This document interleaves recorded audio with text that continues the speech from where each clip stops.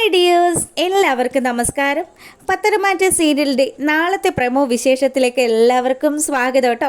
അങ്ങനെതാ നമ്മുടെ നന്ദുവും അതുപോലെ അനിയും കൂടി റെസ്റ്റോറൻറ്റിലിരുന്ന് ഭക്ഷണം കഴിക്കുന്ന കാഴ്ച കാണേണ്ട ആൾക്കാർ തന്നെയാണ് കണ്ടിരിക്കുന്നത്.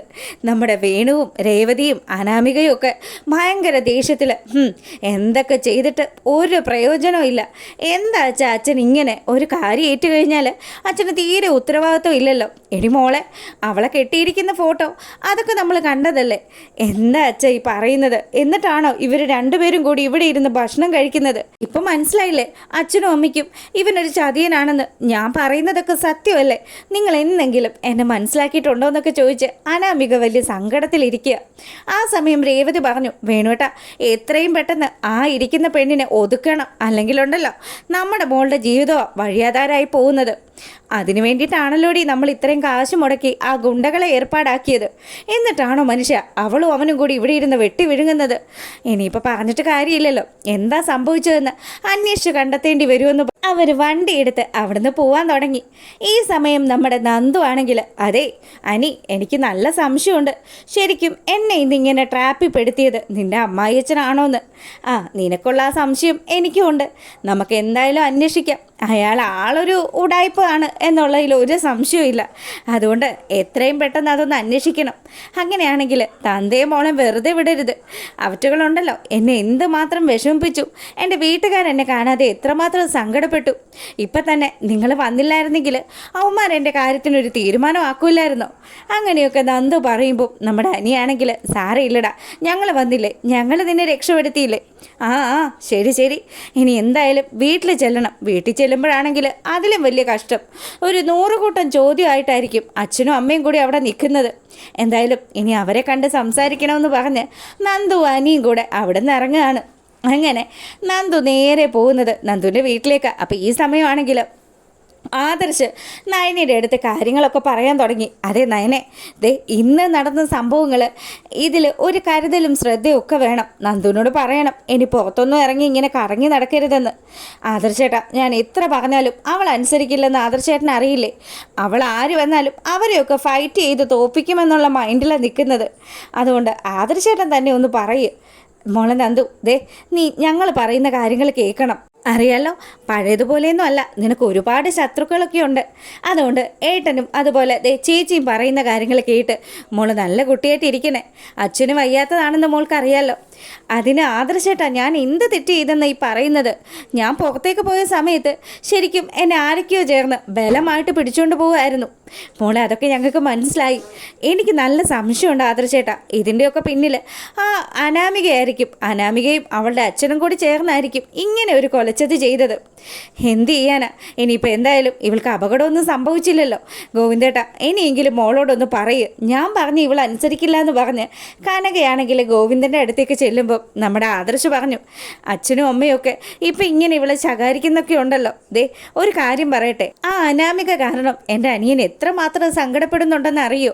ശരിക്കും നയന ഈ സത്യങ്ങളൊക്കെ മൂടി വെച്ചില്ലായിരുന്നെങ്കിൽ ദേ ഇന്ന് ഈ നന്ദു എൻ്റെ വീട്ടിലുണ്ടായേനെ. എൻ്റെ അനിയുടെ ഭാര്യയായിട്ട് അവൻ ഇങ്ങനെ സങ്കടപ്പെടുന്ന കാഴ്ചയൊന്നും എനിക്കും കാണേണ്ടി വരില്ലായിരുന്നു. എന്നിട്ട് ഇവളെല്ലാ സത്യങ്ങളും മറച്ചു പിടിച്ചില്ലേ?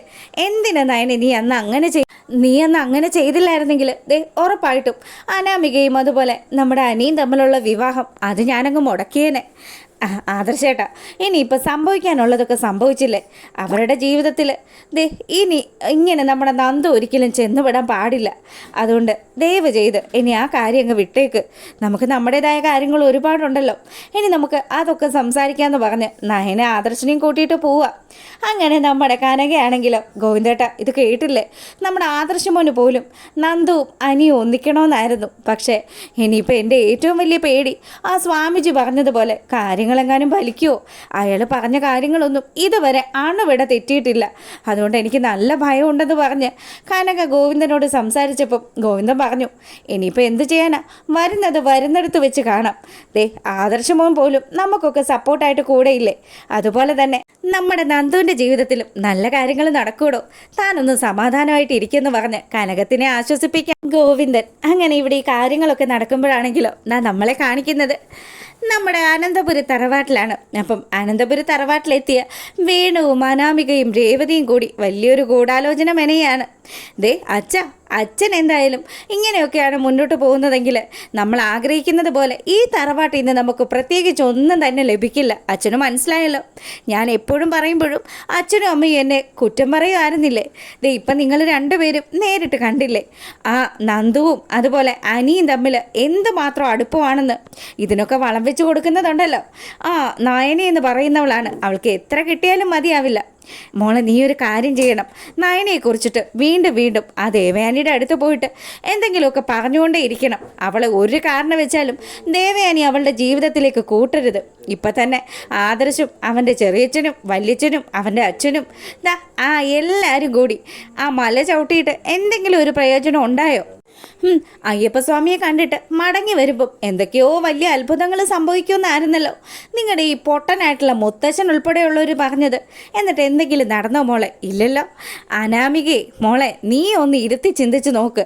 എങ്ങനെയെങ്കിലും നീ ആ അനിയുടെ മനസ്സിൽ ഇടം പിടിക്കാൻ നോക്ക്. അല്ലാത്ത പക്ഷം ഉണ്ടല്ലോ നമ്മുടെ കാര്യങ്ങളൊക്കെ വെള്ളത്തിലാവും, നമ്മുടെ പ്ലാനുകളൊക്കെ തകരും. ഇപ്പം കണ്ടില്ലേ അവന് ഏറ്റവും വലിയ ഇഷ്ടമുള്ളത് ആരെയൊക്കെയാണെന്ന്. ദേ അതുകൊണ്ട് എൻ്റെ പൊന്നുമോള് അച്ഛനും അമ്മയും പറയുന്നത് കേൾക്ക്.